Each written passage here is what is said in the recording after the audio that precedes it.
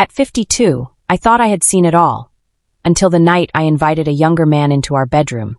It wasn't planned. It wasn't something I ever thought I'd do. But when I saw the way he looked at me, like I was something he craved, I couldn't resist. What happened next shattered every rule I thought I lived by. And now, I can't go back to the life I had before. My name is Rachel, and I'm 52 years old. From the outside, my life looked perfect. A stable marriage, a beautiful home, and years of shared memories with my husband, David. But inside, I felt like I was fading. David and I had built a life together based on routine. We loved each other, but over the years, that love had grown quiet, predictable. We slept in the same bed, but it often felt like we were miles apart. I used to tell myself that this was normal. That passion doesn't last forever. But as the years went by, the emptiness became harder to ignore. I started noticing the way younger men looked at me, curious, lingering stares that reminded me of a woman I used to be. A woman who felt desired. The idea started as a whisper, something I barely allowed myself to think about. But it grew louder, refusing to be ignored. I wanted to feel alive again. I wanted to be seen. Then I met him. Ryan was 28, confident, charismatic, and completely unlike anyone I'd been around in years. He worked at the gym I'd recently joined, always flashing that easy smile and asking questions that felt just a little too personal. At first, I brushed it off. He was just being friendly, I told myself. But then came the casual touches. The way his hand lingered on my back when he guided me through a stretch. The way his eyes lingered when he thought I wasn't looking. I started going to the gym more often, wearing clothes I hadn't worn in years, tighter, bolder. And he noticed. The tension between us built slowly, but I couldn't deny it. It was exciting, dangerous, and completely wrong.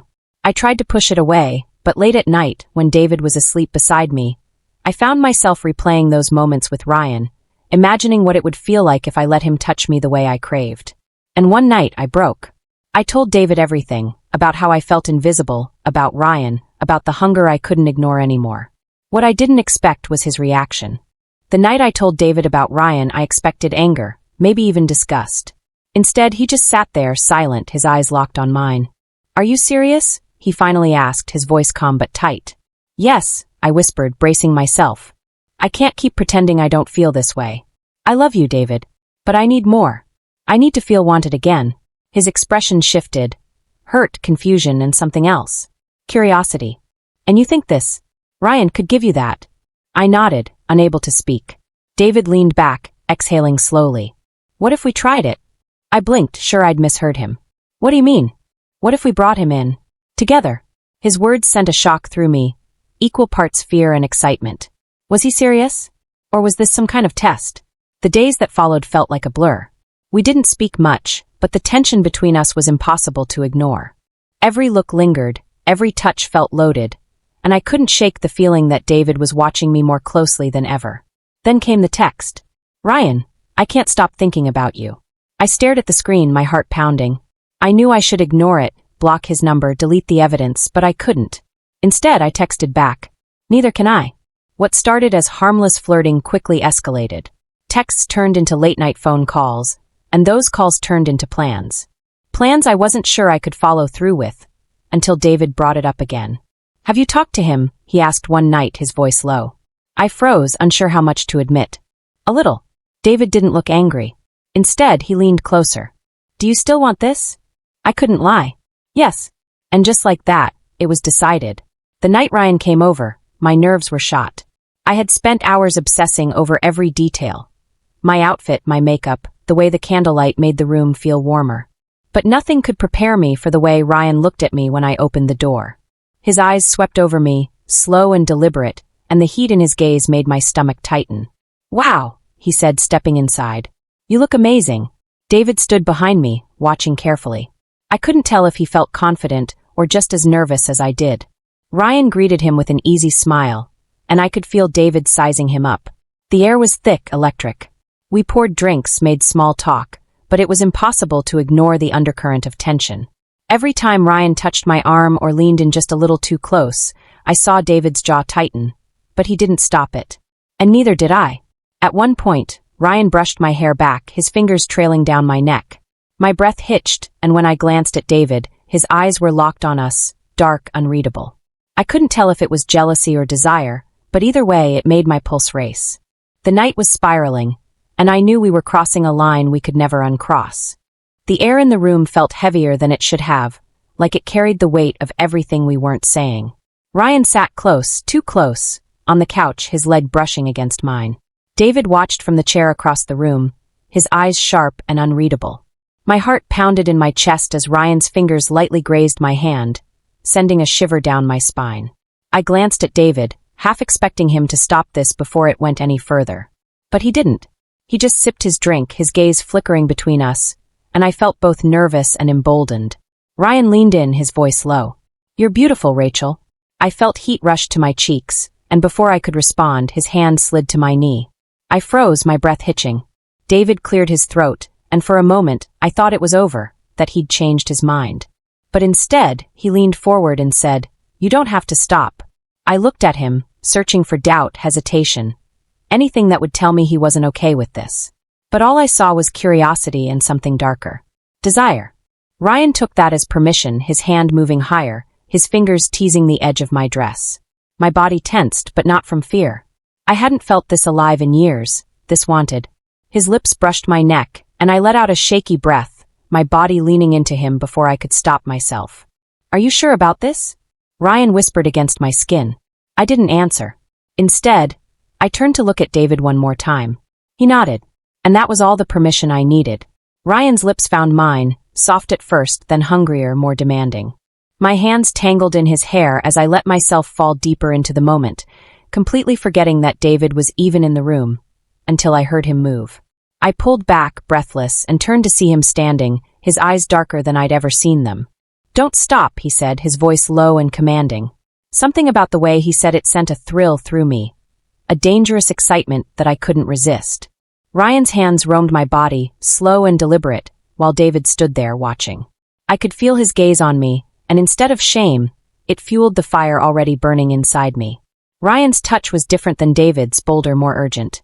It made me feel reckless, powerful, like I was finally waking up after years of being asleep. I gasped as his fingers slid beneath my dress, and when I looked at David again, I saw something shift in his eyes. Jealousy? Lust? I couldn't tell. But then he stepped closer. He leaned down, brushing his lips against my ear. "You like this, don't you?" I nodded, unable to speak. His hand rested on my shoulder, grounding me as Ryan's touch grew bolder. And then suddenly David kissed me, hungry and possessive, as if to remind me that I was still his. The intensity of it left me dizzy, and when he pulled away, he looked at Ryan and said, "Don't stop." What happened next was a blur of heat, movement, and unspoken desire. Every touch felt like a spark, every kiss like a flame. I had never felt so exposed, and yet so safe. David's presence made it all the more exhilarating, like we were breaking every rule together, daring the world to judge us. By the time it was over, we lay tangled together, the air thick with heat and unspoken truths. Ryan dressed quietly, his gaze lingering on me as he said goodbye. And when the door closed behind him, I turned to David, unsure of what I'd see. He didn't look angry. He looked satisfied. "You're mine," he said, pulling me close. And in that moment, I knew this wasn't the end. It was just the beginning. The days that followed felt like walking a tightrope, dangerously thrilling but constantly teetering on the edge of disaster. David and I didn't talk about what had happened that night, but the air between us was different, charged with something new. The routine we had clung to for years was shattered, replaced by late-night touches and stolen glances that felt desperate, almost primal. But underneath it all, there was doubt. Ryan started texting me again. At first, it was innocent, just casual questions about how I was doing. But it didn't take long before the messages turned heated. "I can't stop thinking about you." I stared at the screen, my pulse quickening. The memory of his hands, his lips, and the way he made me feel came rushing back, and before I could stop myself, I replied, "Me neither." I told myself it was harmless, that it was just words. But the truth clawed at me. I didn't just want him again. I needed him. And that terrified me. One night, while David was in the shower, my phone buzzed. I reached for it, expecting another text from Ryan, but what I saw stopped me cold. A picture. Of me. It was from that night, my dress pulled up, Ryan's hands on my body. "Miss me?" The caption read. Panic surged through me. I deleted the message immediately, my hands shaking as I tried to calm my racing heart. How had he taken that picture? And why would he send it to me? I couldn't breathe. What if David saw it? What if Ryan wasn't as harmless as I thought? I tried to brush it off, to tell myself it was just a mistake. But then the messages kept coming, bolder, more demanding. I want you again. When's round 2? I ignored them, hoping he'd get the message. But he didn't stop. And then, one night, David saw my phone light up. Who's that? He asked, toweling off his hair. No one, I said too quickly, shoving the phone under the pillow. He froze, his eyes narrowing. Rachel. Don't lie to me. I felt the air shift between us, the tension snapping like a rubber band. Is it him? I didn't answer. David grabbed the phone before I could stop him, scrolling through the messages. His face darkened as he read each one, his jaw tightening. You told me this was a one-time thing, he said, his voice low but sharp. It was. I cried. I never. Don't lie to me, he shouted, throwing the phone onto the bed. Tears burned my eyes as I stepped toward him. David, I love you. I don't want him. I want us. I swear. He turned away, his shoulders heaving. For the first time since that night, I saw the cracks in his confidence. You brought him into our marriage, he said, his voice trembling. And now I don't know if I'll ever be enough for you again. His words hit me like a punch to the gut. I reached for him, desperate to fix what I'd broken. You are enough. You've always been enough. But the damage was already done. The next day, Ryan showed up at my work. What are you doing here? I hissed, pulling him aside. You've been ignoring me, he said, his eyes dark and intense. I don't like being ignored. This has to stop, I said, my voice firm. It was a mistake, Ryan. It's over. But he smirked, stepping closer. We'll see about that. I felt the walls closing in. When I got home that night, David was waiting for me. Did you see him today? He asked, his voice eerily calm. I froze. What? He held up my phone, showing me a new message from Ryan. You looked good today. Still mine. David, I can explain. He didn't let me finish. You need to choose, he said, his voice breaking. Him or me? I didn't hesitate. You, I said, tears streaming down my face. Always you. But it wasn't that simple. The damage was already done, and Ryan wasn't letting go. Later that night, we heard something outside, the sound of footsteps on the porch. David grabbed the baseball bat by the door and yanked it open, but no one was there. Just an envelope taped to the door.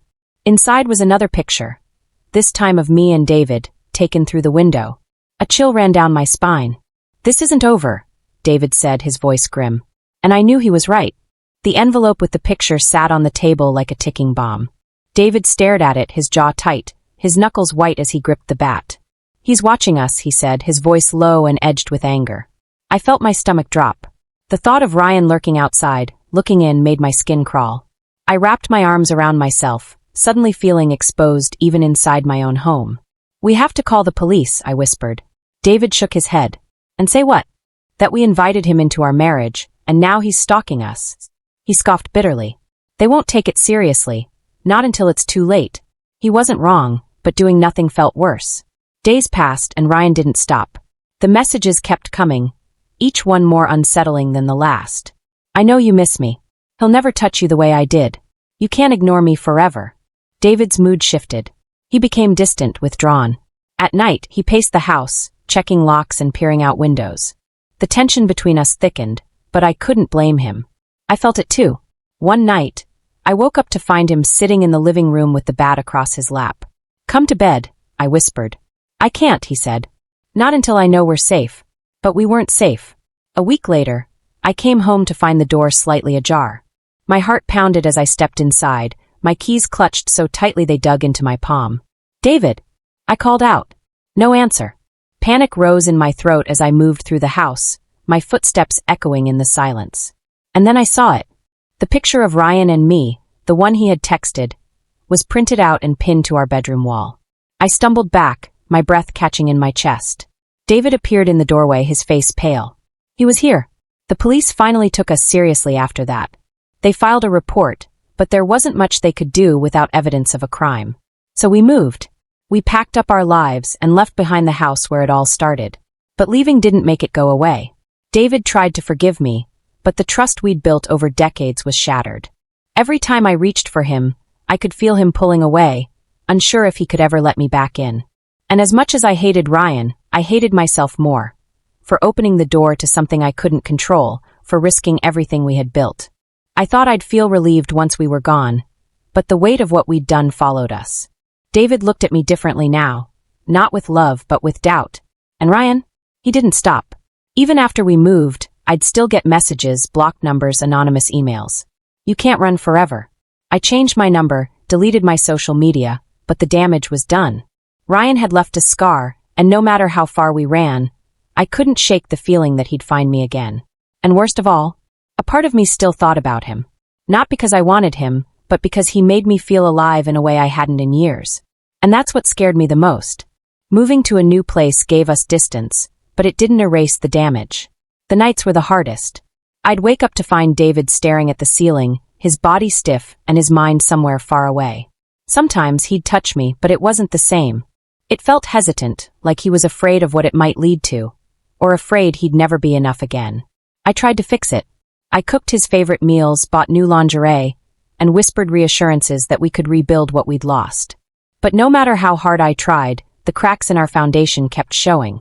One night, after a bottle of wine and too much silence, I finally asked him the question I'd been dreading. Do you regret letting it happen? He looked at me for a long time before answering. No, he said. I regret trusting him. His words hit me harder than I expected because they weren't just about Ryan. They were about me too. I wanted to argue, to tell him that it wasn't about trust. It was about trying to save us. But deep down I knew the truth. We weren't saving our marriage that night. We were breaking it.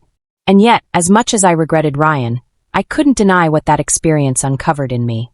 I had spent years trying to be the perfect wife, the supportive partner, the dependable rock. But somewhere along the way, I had lost myself. Ryan didn't just tempt me. He reminded me of the woman I used to be. The woman who felt sexy, alive, and wanted. But at what cost? I stared at David, tears burning my eyes. Do you still love me? He didn't answer right away, and for a moment, I thought I'd lost him completely. But then he reached out, taking my hand in his.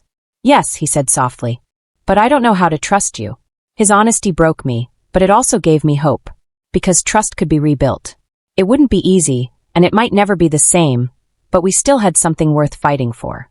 In the weeks that followed, we started therapy. It forced us to face the truth. Not just about what happened, but about the cracks that had been there long before Ryan ever entered our lives. I learned to take responsibility for my choices, and David learned to open up about the ways he had shut me out emotionally. It wasn't perfect. Some days, the guilt still weighed heavy, and other days, the fear that Ryan might show up again lingered in the back of my mind. But we kept moving forward, one day at a time. And I learned something I never expected. Sometimes betrayal isn't just about what you do to someone else. It's about what you do to yourself. I betrayed my own values, my own sense of right and wrong, because I thought I needed something more. But what I really needed was to face the parts of myself I'd been running from. The insecurity, the fear of aging, the longing to feel desired. Now I know better. Desire fades. Passion cools. But real love, the kind that survives betrayal and pain, that's something worth holding on to. And I'm holding on with everything I have. What would you have done if you were in Rachel's shoes? Could you forgive betrayal? Or would you walk away? Share your thoughts in the comments below. Let's talk about love, trust, and second chances. If you enjoyed this story, don't forget to like, share, and subscribe for more gripping tales of passion, betrayal, and redemption. Stay tuned. Our next story might just leave you questioning everything you thought you knew about relationships.